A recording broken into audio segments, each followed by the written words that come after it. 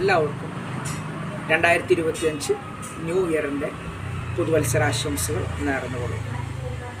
ഞാൻ നിങ്ങളുമായി ഇന്ന് പങ്കിടുവാൻ ആഗ്രഹിക്കുന്നത് പ്രശസ്ത ബൈബിൾ പണ്ഡിതനും സുവിശേഷ പ്രഘോഷകനുമായ ഡാനിയൽ പൂവണ്ണത്തിനച്ഛൻ്റെ ബൈബിൾ ഇൻ എ ഇയർ, ഒരു വർഷം കൊണ്ട് വിശുദ്ധ ബൈബിൾ 365 ദിവസം കൊണ്ട് എങ്ങനെ നമുക്ക് വായിച്ചു മനസ്സിലാക്കാം എന്നതിനെക്കുറിച്ച് ആധികാരികമായിട്ട് ആഹ്വാനം ചെയ്തുകൊണ്ട് നമ്മളെ സഹായിക്കുന്ന ഒരു പുതിയ പാഠ്യപദ്ധതി അല്ലെങ്കിൽ സിലബസ് എന്ന് വേണമെങ്കിൽ നമുക്ക് പറയാം ആരംഭിച്ചിരുന്നു.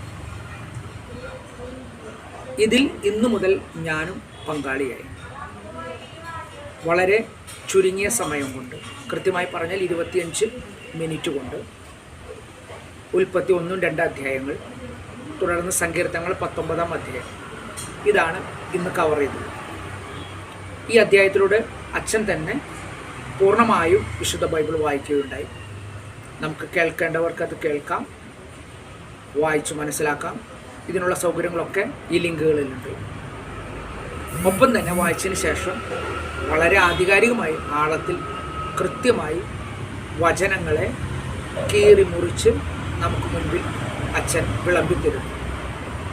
ഏറെക്കുറെയൊക്കെ വിശുദ്ധ ബൈബിളിനെ കുറിച്ചുള്ള നമ്മുടെ സംശയങ്ങൾ ദൂരീകരിക്കപ്പെടുന്ന ഒരു സെഗ്മെൻ്റ് കൂടിയാണ് ഇത്.